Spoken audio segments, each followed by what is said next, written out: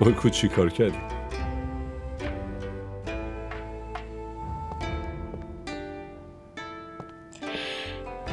به خاطرت گیشا شدم عشقم.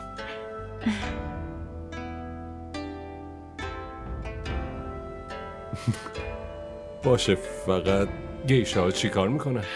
گیشاها خستگی از تنه در میارن. داری من هر وقت پیش تو هم خستگیم در میره. وای عشقم.